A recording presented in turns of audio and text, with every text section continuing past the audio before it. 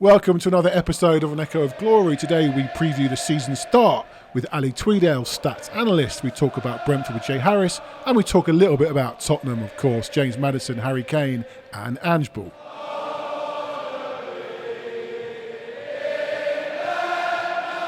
Welcome to another episode of An Echo of Glory. Joining me once again, John Wenham, aka Lily White Rose. Hello. Hello. And Jake Sanders. Some people, us, call you Jake too, but Hello. We can work that out.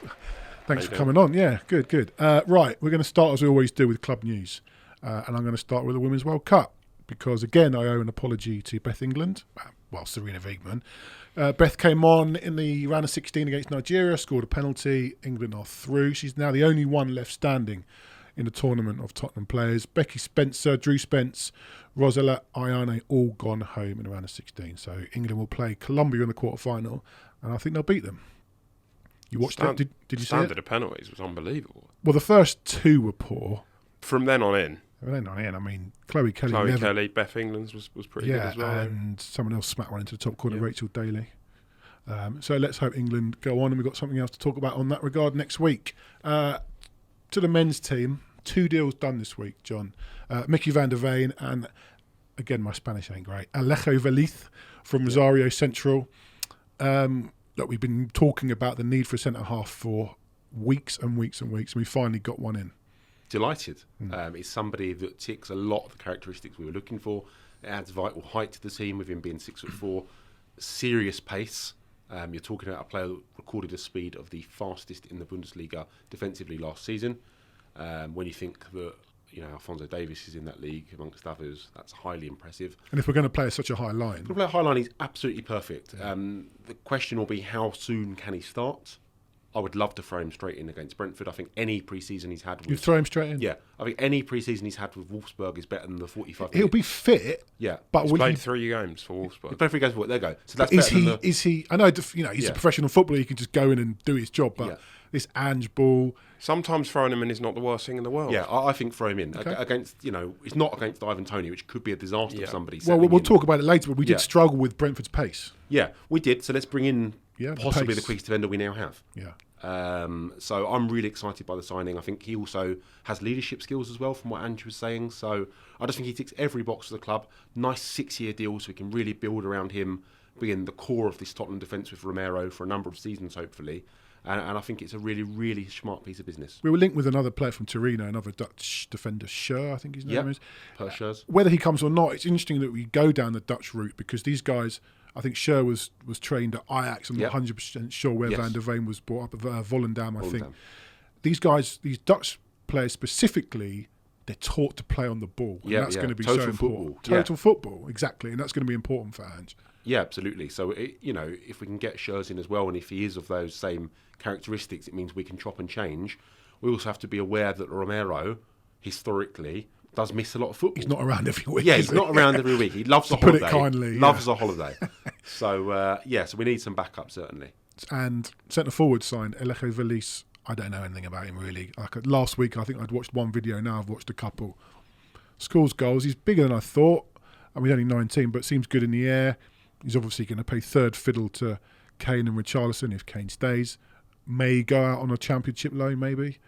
It's good to see we're looking to the future. No fan, probably outside of South America knows a lot about him. He's only played 50, 60 games, but it's nice to see us looking for the future. Yeah, some sort of European loan would do him well, but it's nice to see that we're, thinking 2-3 years ahead and not just making, here and now signings. And it's been so long since we had a replacement for Kane, whether he stays or goes. If he doesn't play every week, we can now call him Richarlison, or maybe we can call him Veliz. Just on the signing of Veliz as well, it follows a trend of each summer picking up one exceptional young foreign player. So you've got obviously Udogie last season, Papa Sarr the season before, and it's certainly a trend that seems to have been brought to the club with Fabio Paratici to snap up those exciting youngsters, although Veliz will be the first one that hasn't returned on loan. Yeah. I still think a loan for him would be sensible. You don't think he'll go into the 21s? No, I just think they've got too many strikers there already. So I could say a loan within England would be absolutely ideal in terms of learning the culture and the style of play we play in England. The mass exodus of 3 players continues. Joe Rodon reportedly off to Leeds. Winks and Moore have gone. we've got to ship. We've said this again for 8 weeks in a row. We've got to ship some players out, and maybe that's starting. 38 first-team players at the moment. Is that including the new 2 from this week? The new 2, yeah. 38. It's absolutely obscene because, we've heard other managers, Poch was one at Chelsea, Arteta and Arsenal have both already mentioned that squads of 30 are unworkable, and we've got 38. And I know people have said to me, and I put that tweet out, oh, but you're counting Harvey White and you're counting Brandon Austin. They use the first team facilities. They use the first team gym. They've been on subs benches. Look, I'm sorry, they're there. Yeah. Whether you use them or don't use them or classify them or whatever, they are there and they're a body on the pitch. So we need to move people out the door. I find it really poor, I've got to be honest with you, that again, the Football League season has started last weekend and we haven't got a single loan out. That's a good point. How have we not got a loan out? Liverpool have got 7. Getting experience, playing. Yeah, Jack, you've worked with Championship clubs and seen it throughout the season. It's full of Premier League players. It's a good point from John. Why haven't we shipped someone out? I mean, all you need to do is look at Ollie Skip. Everyone, see how well we did at Norwich, and he came back at the start. They've not always worked out. Troy Parrott struggled. Dane Scarlett was a bit hit or miss last season. As you say, someone like Harvey White, how Harvey White is not playing in at least League One is criminal. Yeah, but for Tottenham's sake, I just feel like the Niall John loan and how that went has really damaged the kind of feeling of getting players out on loan. And I think just remind people what. So Niall went to Charlton on loan, managed by Jonny Jackson at the time.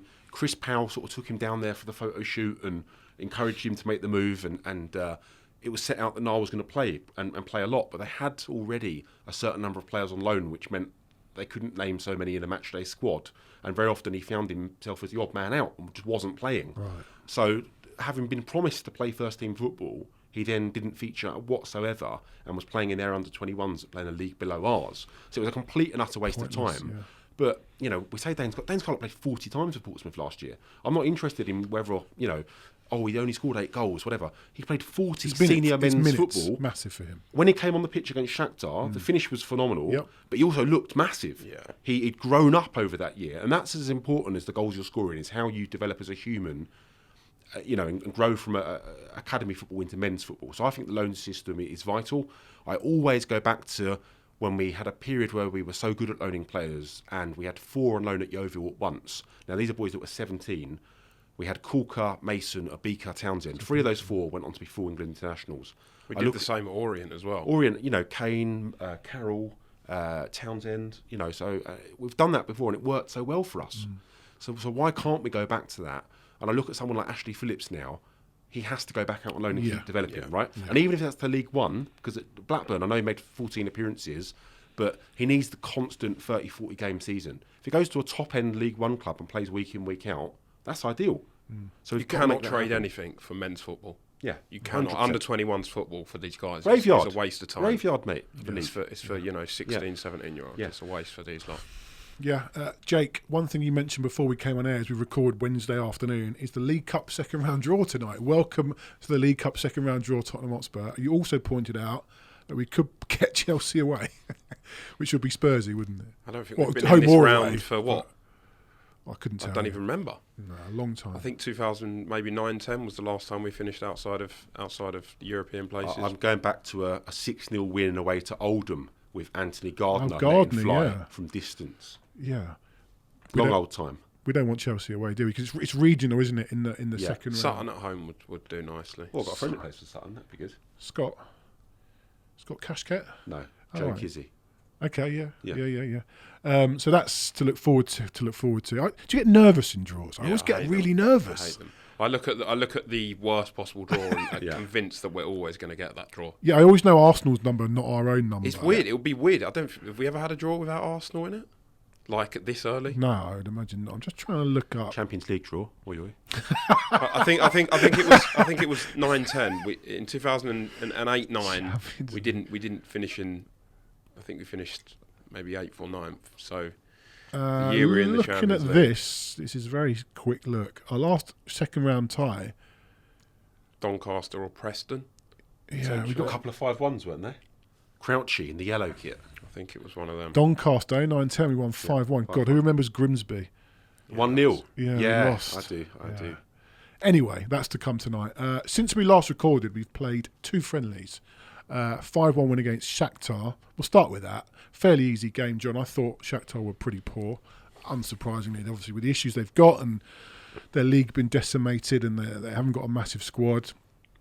I actually thought we were better in the second half than we were in the first half. And Postecoglou alluded to that as well, Kulu and Son especially. But how did you feel when Kane was banging in those 4? Because I was with my kids and my wife, and he scored the 4th, and my little girl, who's 10, turned around to me and said, "Why aren't you happy?" And I was just like, I don't know if this is the end. Yeah, there was certainly a lot of feeling, some people feeling that was the end.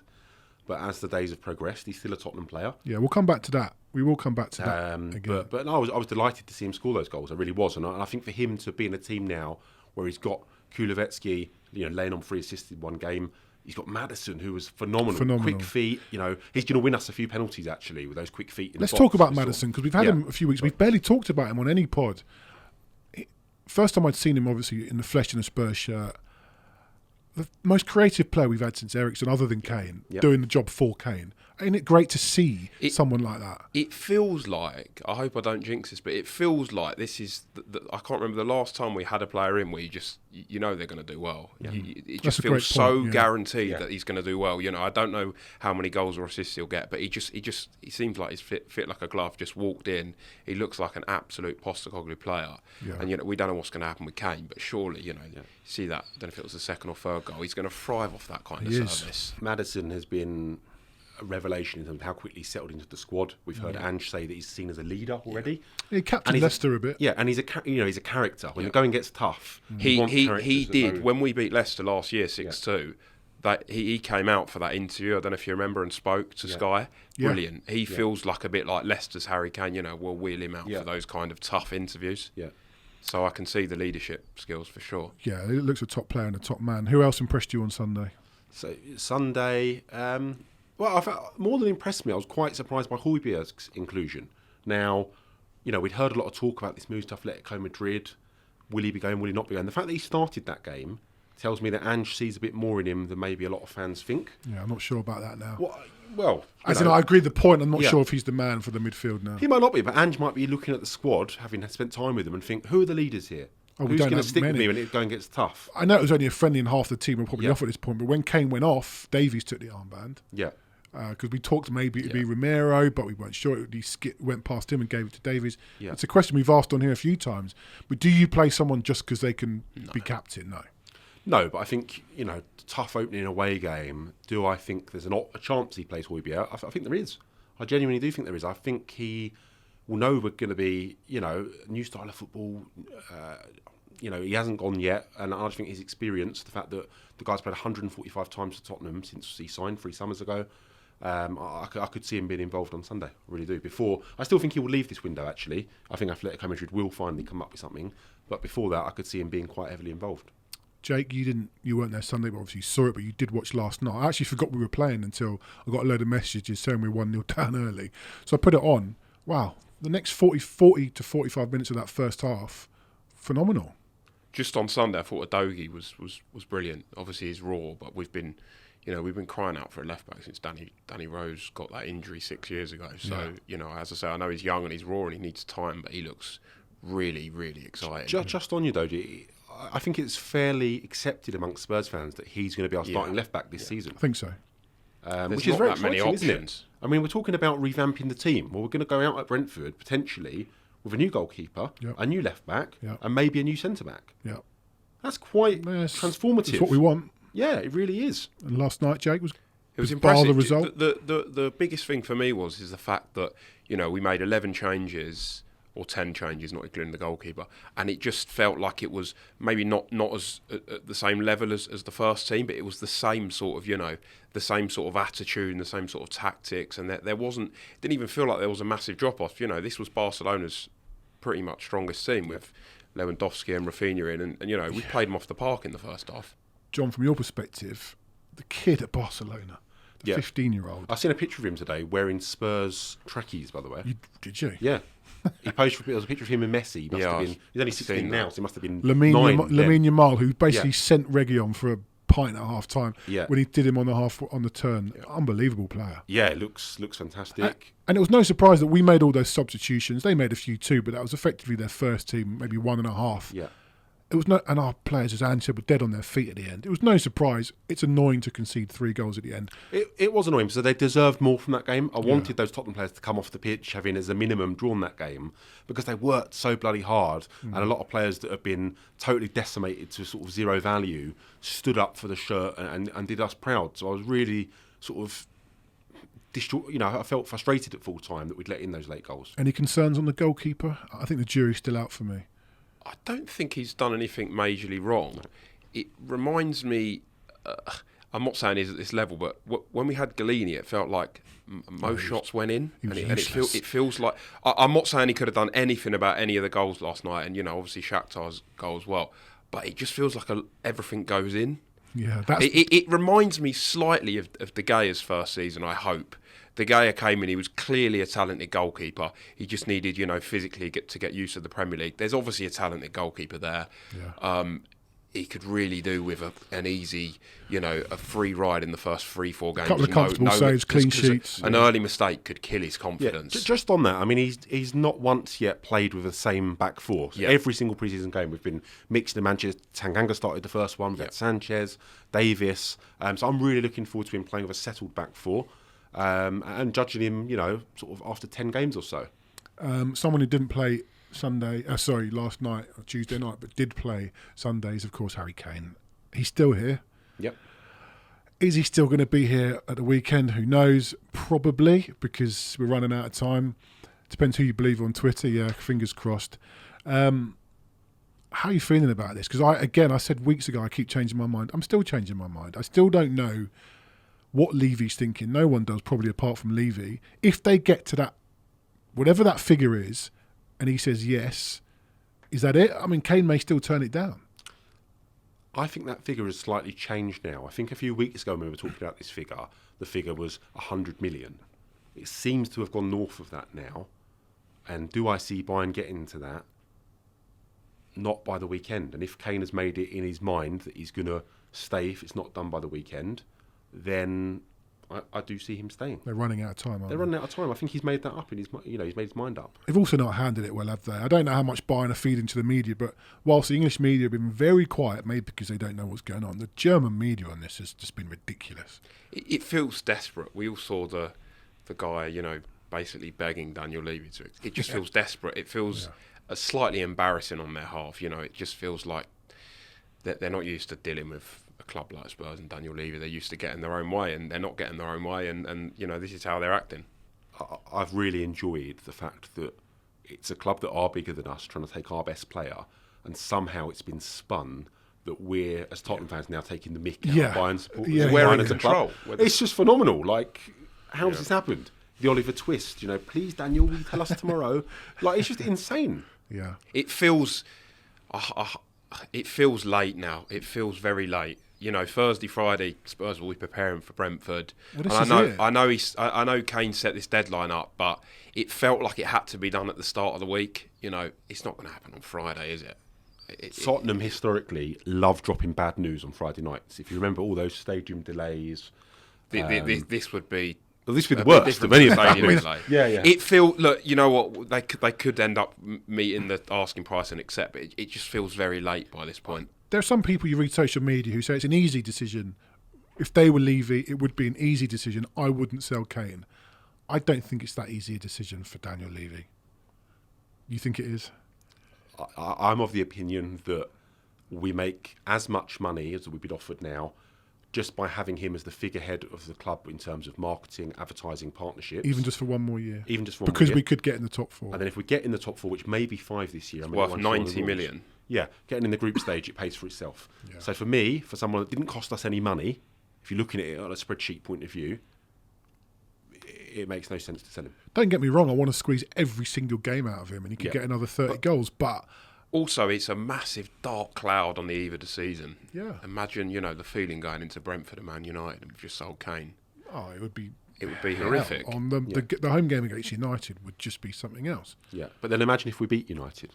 What, with him? Without him. Without him. Just imagine the kind of we beat euphoria. City without him. Yeah. Imagine the euphoria of the new era, and that's. I don't even. Think I don't. Okay. Now you're talking about new eras. Yeah, I don't want to imagine. The other thing Let's is, not imagine that. Kane's Sorry. been so professional. Obviously, he went round and did his clapping, and everyone was like, "Is that him clapping for the last time?" No, he does that every week. Yeah. He's been so professional, kept his head down. There's no forcing the issue here. Like I say, I'm not 100% sure with the baby on the way. I've said this before, and people think it's nonsense. I'm not 100% sure he wants to go there now. It feels like to me he's relaxed. Why would he not be? Yeah. You know, he's playing for his boyhood club. The worst case scenario is he plays for us for a year. And he cleans I'm up sure he next wouldn't summer. be overly happy to leave on a free because he'd want, you know, Spurs to get a decent fee for him. But why would he not be relaxed? You know, he'll be sitting there thinking, if Bayern Munich bid and the bid's accepted, if he wants to go, I'll go, and if not, I'll get on with it for a year. So let's keep him, offer him a new contract with a release fee so that we get some money for him and everyone's happy. Apart from Bayern Is Daniel Munich. listening? No, apart from Bayern Munich.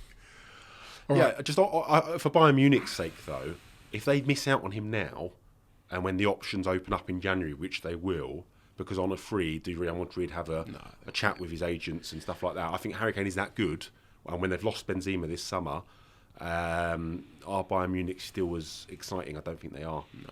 I think they go way towards. It's now or never for It Bayern is. Munich. Bayern Munich. They've got to.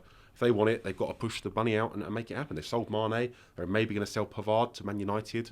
They've got to go, from their point of view, they've got to go for it. Obviously, I hope that we turn that down. So just moving on to Sunday against Brentford, season opener, how are you feeling, even with or without Kane, how are you feeling going into that? Fairly confident. I've got to be honest. I've been so impressed with the pre-season form, the feeling around the club, the morale. I'm feeling more confident than I have on our previous 2 trips to Brentford. Jake?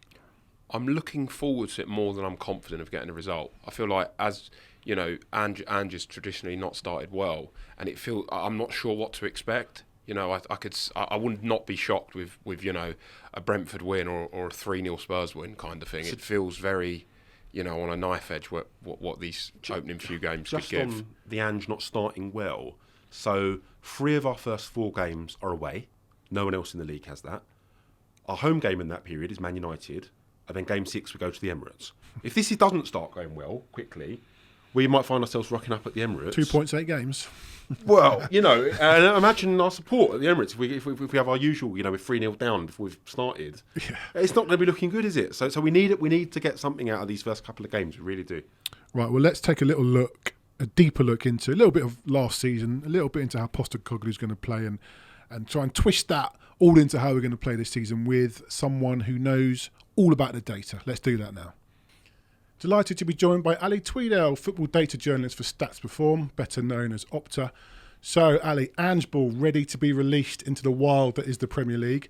Things are certainly going to change from the last 3 managers. You wrote recently a great piece on the analyst site. One of your subjects was how long until the players get used to Ange Ball.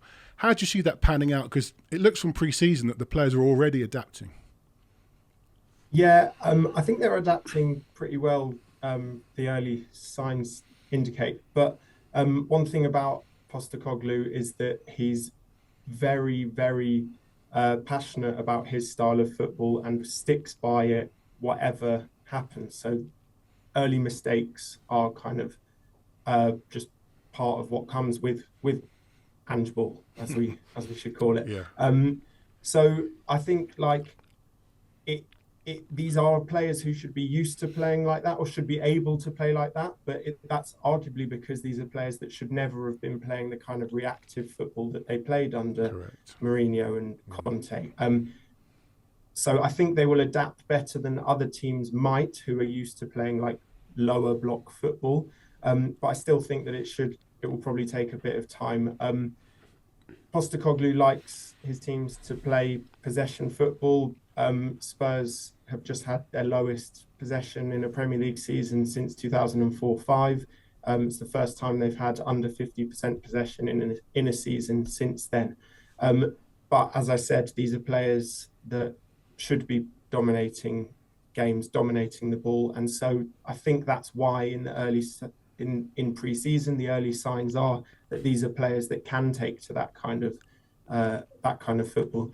Similarly, Postecoglou likes his teams to press high up the pitch, and Spurs have players who can press high up the pitch. they didn't do it very much last season. Spurs had the fewest high turnovers in the Premier League in the entire campaign last season, but they actually ranked joint first, in fact, for goals following high turnovers. So they can do it. They can do it. To me, that suggests that Spurs have players who can press high, and when they are asked to do it, they do it very well. Look at the goal that Harry Kane scored after Højbjerg won it against City when we won 1-0 at the Tottenham Hotspur Stadium. When they do press high, they are very good at it. So that is another indication that these players might not be used to playing that way. They might not be used to playing possession football for the last few years. They might not be used to pressing high for the last few years, but these are players who can do that kind of thing, and they should be able to adapt to Postecoglou's style.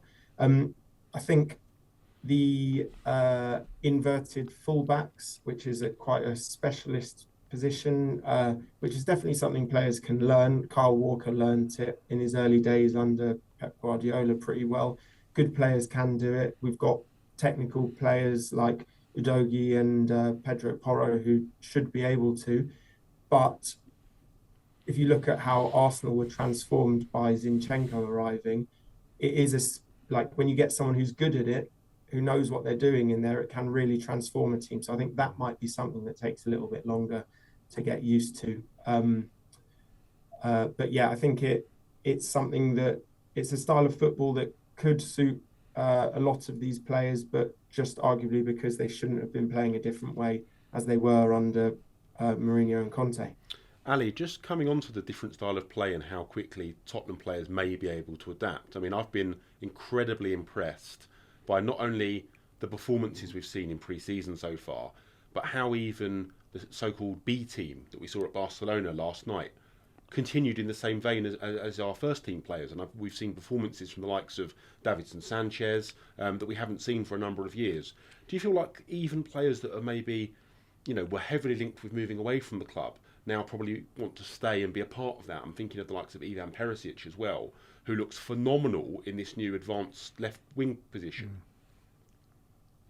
Yeah, quite possibly. I think a lot of what has been said about Postecoglou by his former players is how positive an atmosphere he breeds at a club, and how he shows belief in his players. So he asks them to do things because he believes that they can. And so I think that will have sort of transmitted to players like Davinson Sanchez, who will now feel less like he's under pressure and cannot make a mistake. Mourinho was all about do not make mistakes. The team that Mourinho's famous thing is the team that makes the most mistakes is always the team that loses. So you don't want possession, because then if you have possession, you're more likely to make a mistake. And someone like Davinson Sanchez, who we know is capable of making mistakes, that's not going to breed much confidence in him. So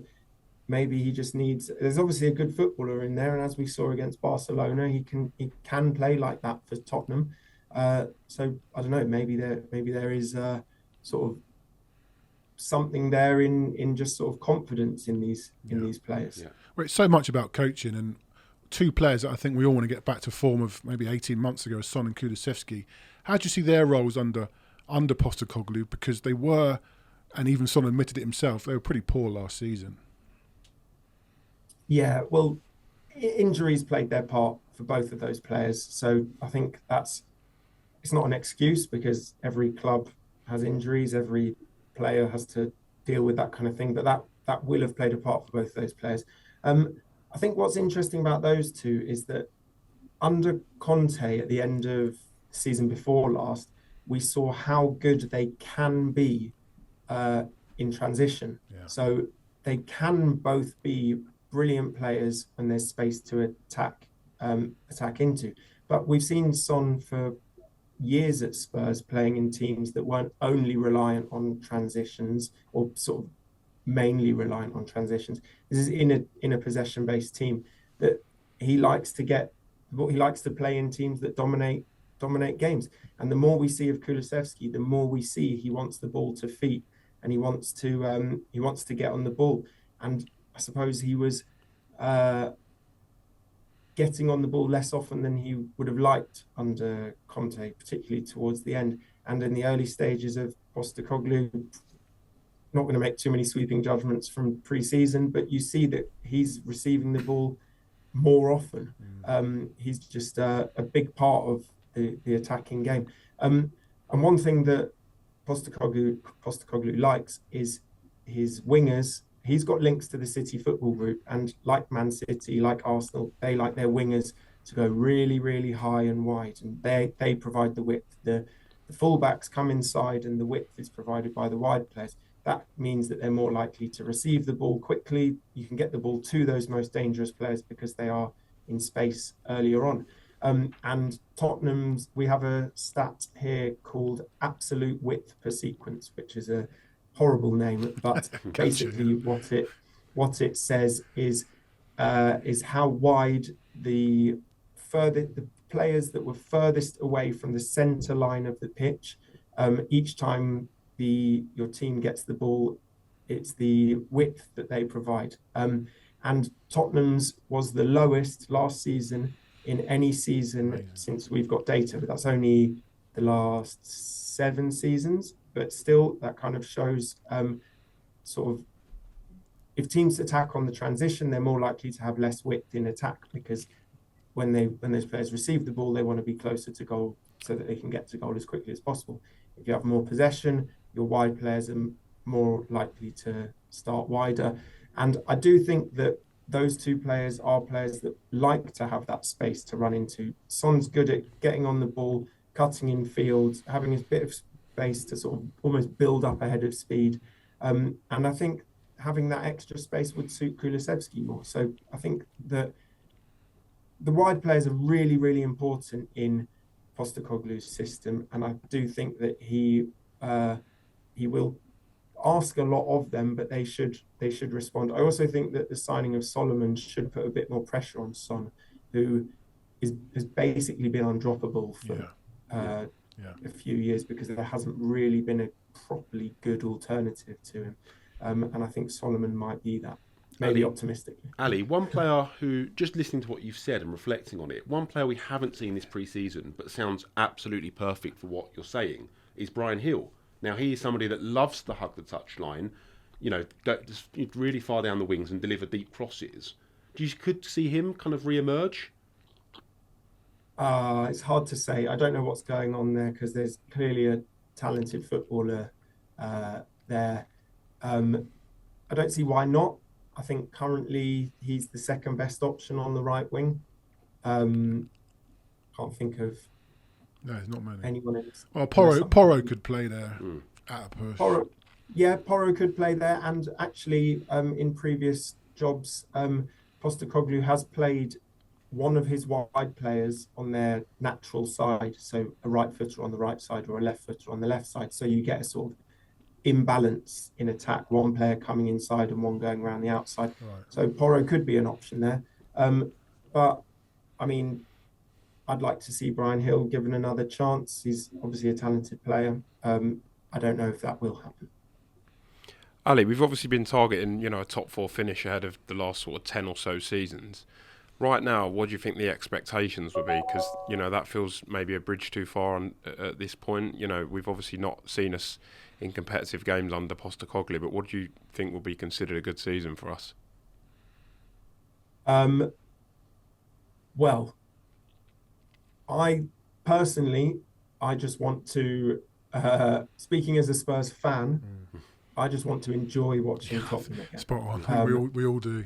Yeah. So I think I'm ready to sort of be patient with the project and, as I mentioned before, see the mistakes that come with learning this new way of playing. Postecoglou has had slow starts wherever he's gone because he's so committed to this style of football that when things are going wrong early on, he just sticks by it. But things go wrong because people have to learn an entirely new way of playing. He lost 3 of his first 7 games as Celtic manager in the league, so against some that's not going to go down well.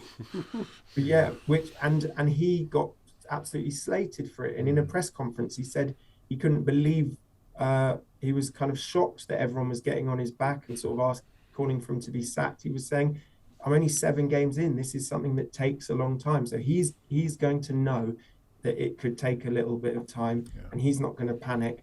I just hope that the fans sort of see that. And so with that in mind, I kind of think that any kind of top 6 finish would be a success. There's just so much quality in that top part of the Premier League at the moment, and I do think that things could start slowly, and it's just something that needs a bit of patience. I said in the piece you mentioned earlier, Jonny, this isn't too dissimilar a situation to the one that Arsenal found themselves in when Arteta took over. They had a team that finished 8th. They wanted to change their style of play, and there was a lot of overturn of players, and it took time and it took patience. So I think it could be something that takes a little while, but I've got time for it. There's one last question, Ali. The big elephant in this room is Harry Kane. How do we play without him if he goes? But if he does stay, how does Harry Kane can probably play in any system, but how will he fit into this Postecoglou system? Yeah, well, I think it was interesting in the Shakhtar game how much more he was in dangerous areas. And one difference with this system is that when we were playing 3-4-3 and there were only 2 central midfielders, Harry Kane was always needed to drop into midfield and create a 3 because there weren't numbers in there. In Postecoglou's system, he likes his striker to stay high and central. He's got his wingers providing the width, and he's got his centre forward providing a sort of focal point in attack. And Kane did that more against Shakhtar. As you said, he can adapt to any system. He's incredible, would do anything. And having him in those positions, you saw the result of it. He scored 4 goals, could have probably got another 2. So I think that is the difference, and that is possibly why if Kane was to go, Richarlison wouldn't be as catastrophic a downgrade as he would have been in Conte's system, because Postecoglou's happy for the centre forward to stay as the centre forward, and then he gets his support from number 8. Whereas for Conte, it was all about Kane dropping in and Son running in behind. Okay, some hope, because I'm not sure about. We've got to be positive. We have to, because I'm not sure about Richarlison, but I agree that he can be that sort of fox in the box, that creator of chaos in the penalty area, and he could score. Look, we all hope that Harry Kane stays. Ali, great to talk to you. Great to get that in-depth analysis, and we'll definitely catch up with you during the season. But really great to have you on. Thanks for joining us. Cheers, Ali. Thank you. Interesting points from Ali. For me, the points that stuck out the most were. That's why I asked him about Son and Kulusevski, because I think they were so key to us at the end of 21-22, and they were so quiet in 22-23. I know Ali pointed out that we had injuries, but it's all about Kane. Of course it is. He's been the focal point for 5 years, but I say it's all about Kane. Maybe it's not anymore, even if he does stay. Postecoglou gets everybody playing in the same way, the right way, and we could actually see so many goals from elsewhere, which other than Son, we haven't really seen for many years. That's going to be so key. Yeah, and I think we've got really exciting rotation options as well as those 2 players. We've seen Solomon. Perisic has looked a different player in this more advanced role. So I think having all 4 of them offering something, different games, obviously you've got the 9 subs in the Premier League now and you're allowed to make 5, I think we could really change things up against tiring defences. So, squad-wise, looking at our bench now, we've got an array of options that hopefully that can really play into our favour this year. Ali mentioned that he had a slow start at Celtic. We talked about it just before. What if we're 2 points from 6 games or whatever it is? Does that worry you that whilst we've seen in pre-season some positive signs, it's obviously a gear change from the last 3 managers. We all expected that and we're all delighted to see it. Do you still think it's going to take time? We can't expect us to see that go straight into Brentford. I don't think it's going to be that bad, but I think you've just got to stick with it. It's almost this might sound silly, but the way we're playing is almost as important as the points are on. You know, we saw 2 years ago with Nuno, we were 9 points from 3 games, and it was horrendous. Were they all 1-0? 1-0. They were 1-0, yeah. And one of them was Man City. Yeah. Look, don't get me wrong, I'd take any win on Sunday over a performance, but as long as fans have got something to get behind, but would you though? You say that? Would you take any win over performance? Because I think we've had that for 5 years. But what we've seen in pre-season, you expect the performances are generally going to come, and for a new manager in the Premier League, getting that first win as quickly as possible is huge. It feels like the biggest first game we've had for a long time. Yeah, you saw it with Poch. We started reasonably well under Poch. Was it West Ham West away? Ham, Eric Dyer. Yeah. And just on that point, we've talked about the 2 points from 6 games. There's another world where if we win at Brentford, your next 2 away games are Bournemouth and Brentford. Bournemouth and Burnley. Yeah. We could very quickly be on 3 away wins. John, don't do that. You know, when we were growing up, it was first away win in March away to Fulham. It's a different world. Yeah. You know, so there's We never won at Craven Cottage. yeah. All right. So, what would be your back four? Ooh. I'm going Emerson at right back. Romero. Is it too soon for VDV? Well, you've already said today you'd throw him straight in. He's going in. Yeah. And then Udogie at left back. Jake? Yeah. Yeah, I'm going with that. I actually don't think he will. I've got a feeling he'll. I think he'll go Ben You think Davies. Gentle Ben's coming in? And we'll come on to that in a second with a Brentford guest. But it's a worry for me if he does. But I don't know. I hope not. Listen, he's bold, Postecoglou, if anything, and he's talked about how he wanted Van der Veen for a while. So maybe he won't. What about midfield? Because we've got a lot of those at the moment. We've got a lot of them, and a lot of good ones as well. I think the nailed on 2 are Maddison and Basuma. Is Basuma nailed on? I think he is. Played 85 minutes against Barcelona. Yeah, I get the impression from him being in the first team in a few of the other pre-season games that he will be in. I think his confidence is sky high now. The him not starting Shakhtar threw me off slightly. We'd had a knock apparently. Because that was, you know... He had a knock, which might be why he didn't play and then did play. It's that third one. I mean, that third one is anybody's guess. We saw Sarr start against Shakhtar. Obviously, Højbjerg play. Skippy last night's got 2. Lo Celso's been brilliant. As well as he's done, I don't think he starts him. What, Lo Celso? No. You think Lo Celso's the sub for Maddison? Yeah. Is it a bit bold to Maddison, Basuma and Lo Celso? But also going on your point for last night, I think because Lo Celso played last night, I think Basuma played because he'd been injured. Yeah. I think Lo Celso played because he just didn't play on Sunday. I reckon Højbjerg is probably the safest option, especially with a little bit of a lack of experience. Quickly, there's something I've really picked up pre-season is him getting into this amazing position in the penalty box. We've seen it 3 times now. Obviously, last night was the post against Barca, but he just arrives with space. And I think that could be a really interesting... He did that. Did he do it away to... Who was the team he did it in Europe? We won 5-1. Partizan Belgrade? Yeah, the ball came off the woodwork, did it? And he smashed it. It kept bouncing around on the goal line. Yeah. Yeah, and he put it in. So he can do that. And he's looked good pre-season. And it seems like there's no talk of him leaving. No, he's totally reinvented himself. Great squad player to have. Yeah, absolutely. You're talking about a full Argentina international that would start for Argentina every time if fit. So suddenly we've gone from no creative players, apart from Kane, to 2 genuine in Maddison and Lo Celso. That's really exciting. It feels like we've added 3 as well, because Basuma was a bit of a write-off last year. Yeah, so, in that midfield, we've added, Maddison, Basuma and Lo Celso. That's seriously impressive depth. So I would go Basuma, Maddison and... Go on, say it, Skippy, after his brace. I'm not his biggest fan, but I would play Skip, but I don't think he will. I think he's going to go Basuma, Højbjerg and Maddison. Yeah, for the experience. Yeah. And up front, it's Son, Kulusevski and probably Kane.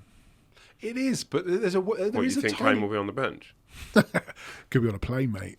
Who knows where he is? There's a tiny part of me that thinks that Perisic from the pre-season form deserves some sort of involvement. He's been phenomenal in the pre-season. Do you know what? A point about Perisic, tactically yesterday, it could have been anyone, but it happened to be Perisic. Or maybe it's just for him.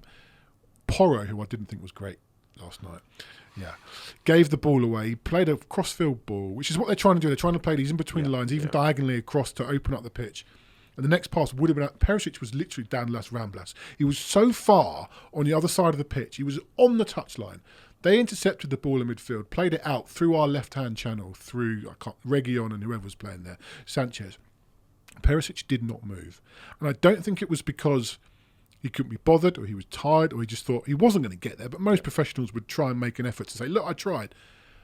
That for me was tactical. That is, you stand on, even when they're attacking at points, you stand 25 yards further up the pitch, because when we get the ball, that is the risk and reward that we are going to see. And I forgot about Perisic. He's not going to start him. I think it'll be Son, Kulusevski and Kane. But it's an option, isn't it? It's something that at least it's in the manager's mind now. He's not going to play him as a Conte had him as a defensive. Would he be happy to have this sort of role that fans want coming on in games at his age of his? I mean, honestly, what I've heard about that, and I did ask someone that knows a few bits about the first team at Tottenham. They very much said that he loves it under Ange. He now wants to stay. Well, there was talk that he'd pull his kids out of school, and you've heard the same about Højbjerg. If he could stay, that could be that's a. I now think he's going to stay. That's an outstanding option to bring on. So who's going to go? I think Gil will go. Yeah, Gil should go. I agree. I think Gil will go. And that leaves us with Solomon, Kulusevski, Sonny, Perisic. They're great options, mate. Really Talking of players to go, are we getting rid of the wrong centre half? Because I thought Sanchez was decent last night. Yeah, look, I never saw myself two things. One, chanting El Patron at the top of my voice, and two, at half-time, rummaging through my loft. There's a lot of people saying, where's the Sanchez shirt? Where's the Sanchez shirt? I did spend £85 on a Davinson Sanchez shirt about 5 years ago. Are you okay? Well, a bit of money laundering. No, I shouldn't say that as a mirror. So I rummaged through my loft and found it, and then we were winning 2-1 when I found it, and then we lost 4-2. Put it back in the loft. You think that we should get rid of both? But both should go. Dyer won't go. He'll probably end up going next year, maybe on free. It's best to cut ties with Sanchez, as good as he was against Barca. I think the good news for him is that may have impressed some clubs in La Liga, and hopefully now he can get a move to a Sevilla or a Betis or something like that instead of this nonsense with the move to Russia. That's what maybe sprung him into life, the thought of going to Russia. And just one more point on the defenders last night. Dyer just sort of said at the start of the summer, he obviously told a couple of journalists, and it was briefed out, I'm staying, basically. And then that was that. There was no other Tottenham will try and force him out or any clubs being linked with him. It was very much he just said he was staying, and that's that. So, he is staying, basically. I think he's staying, all right, let's look one more time ahead to Sunday. We've picked our team, what we think the team's going to be. Let's talk to a man who very much knows all about the opposition. Delighted to be joined by Jay Harris, Brentford reporter for The Athletic. Thanks for joining us, Jay. No, my absolute pleasure. So the sides meet again, not long after Brentford won 3-1 at Spurs in May. It's likely to be a very different Tottenham team, certainly in terms of style. But how's Brentford's pre-season been, and how are they shaping up for the weekend? Well, they've not actually won any games in pre-season, so if you're going off that alone, they're not in the best shape. But all jokes aside, obviously they went on this US pre-season tour, took part in the Premier League Summer Series, and had the opportunity to speak to Thomas Frank after their 0-0 draw with Lille on Saturday. And he was actually overwhelmingly positive about the tour. Opportunity for Brentford to go somewhere different, train at really high-class facilities, try out a few new things in terms of tactics, which I'm sure we'll get onto, integrate some of the new players, Mark Flecken being number one on that list, but also Nathan Collins. So he was feeling really positive. It means the team have had a little bit of time to work out how to move on from Ivan Toney or to cope without Ivan Toney. So I think they're in a pretty good place. Jay, going back to that game in May between Tottenham and Brentford, it really was a game of two halves. We saw Tottenham dominant in the first half, create multiple and numerous opportunities. The second half, Brentford sort of changed their tactics and really targeted the sort of slower pace left-hand side of the Tottenham defence. I mean, how are they coping and how are they planning to come at Tottenham tactically on Sunday? I think you're going to see more of the same. The way Brentford have played with Ivan Toney up front over the last 3 years, but especially in the Premier League, is obviously they've had David Raya, who's got this exceptional passing range, and they've kind of constantly hit the ball long. But if Thomas Frank was true to himself, that's not actually how he kind of likes to play football. He wants players to make those running behinds, to make those nice patterns of play. And that's something that now that Toney's going to be banned until January, I think we're going to see a little bit more of. And obviously he was unavailable for that Tottenham game. So Kevin Schade, Brian Mbeumo, Johan Visser, sorry to say it, but they did run right in that second half. Yeah. And now that they've had a little bit more time to play together, to work on things in pre-season, we're going to see a lot more of that. And Mbeumo was obviously fantastic that day. Sometimes he can be a little wasteful in front of goal. I'm sure he's not going to be offended by me saying that. I think in his first season in the Premier League, he hit the post 7 times, which was ridiculous. But I think Kevin Schade the one you really need to look out for. He's kind of gone under the radar a little bit. Joined the club on loan in January originally, and that deal was made permanent in the summer for, at the time, a club record deal. The Collins deal is now the club record. But Schade's just so rapid, it's unbelievable. But he's kind of at that stage in his career where his feet are probably a little bit too quick for his brain at the moment, and he almost needs to slow down in key positions. But obviously Ben Davies' lack of pace was kind of exposed in that game, and Schade's so quick. I think that's something that Tottenham need to be really, really aware of on Sunday. In terms of Tony, 20 league goals last season, not going to have that until January. Is it a case of you can't replace those goals with one particular player, and it's about spreading it around the team? Yeah, definitely. I mean, 20 goals is a big number in any team, but that's 34% of Brentford's overall total in the Premier League last season. So when you put it like that, that's quite daunting. I think the good thing with Brentford is that they're a club that's always a couple of steps ahead. And I think the Schade deal is a perfect example of that. They signed him in January when they didn't necessarily need him. They gave him 6 months to adjust to the Premier League. And the hope is now that this season he's going to be able to contribute a lot more. You know, they signed Keane Lewis-Potter from Hull City last year. You know, one of the most exciting players in the Championship. I think he only played 10 times in the Premier League for Brentford, struggled with a couple of knee and ankle injuries. He's looked much fresher, much fitter, much sharper in pre-season. And so now the hope is, and Bumo and Visser are the known quantities. We know they can perform at this level. We know they're good in front of goal. So you can kind of bank on them to perform for you. What Thomas Frank and what Brentford need this year is for Lewis-Potter and Schade to step up and be counted and kind of fill in for that gap where Tony's missing. Joe, you touched on David Raya before, a player that Spurs wanted earlier in the window, and it seemed like they were close to agreeing personal terms at one point. What sort of happened with that? And also, what do you make of the Arsenal links? Because it looks like it's going to happen. It's a pretty surprising transfer. Do you think that he's going to be going to the Emirates to sit on the bench, or do you reckon he can really overtake Aaron Ramsdale? It's a really strange situation, and certainly towards the end of last season, my assumption was it looked like he was going to be a Tottenham player. It looked like he was going to be, starting against Brentford this weekend. So it's really strange that he's now going to be going to the red half of North London. Brentford made it very clear really early on that they had a price in mind for David Raya that was around £40 million. I think it's fair to say that was quite a punchy and quite an optimistic number for a player who only had a year left on his contract, who made it very clear that he wanted to leave. So it looks like in the end, they've kind of accepted a deal for around £30 million from Arsenal, which I think they can be pretty happy with. But in terms of, is he going there to sit on the bench? Who knows, really? It's quite strange because obviously from an Arsenal perspective, they had this situation with Ramsdale and Leno a couple of years ago. The difference then was that Ramsdale was far better with the ball at his feet than Leno. Raya is exceptional with the ball at his feet. I mentioned it earlier. Is he that much of an upgrade on Ramsdale? I'm not too sure, if I'm being perfectly honest, but it's a lot of money to spend on what might only be a marginal improvement.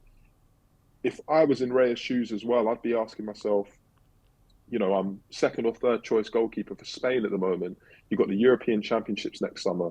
Which move is going to put me in the best position to be Spain's starting goalkeeper at that tournament? I think Bayern Munich might have put him in a better position, but Brentford were not going to let him go to Bayern Munich unless he renewed his contract. And obviously you run the risk that things don't work out at Bayern and you're in the exact same situation this time next summer, which I'm sure nobody wanted. So I think it was a case of Raya already had an established relationship with Arsenal's goalkeeping coach, Nicky Kanya, who used to work at Brentford. We knew he wanted to leave. Obviously, Mikel Arteta's Spanish as well, so maybe there's a little bit of a link there. And he gets to play Champions League football. Whether he plays week in, week out, is up to him. But it's certainly going to be interesting to see how that impacts that squad's dynamics.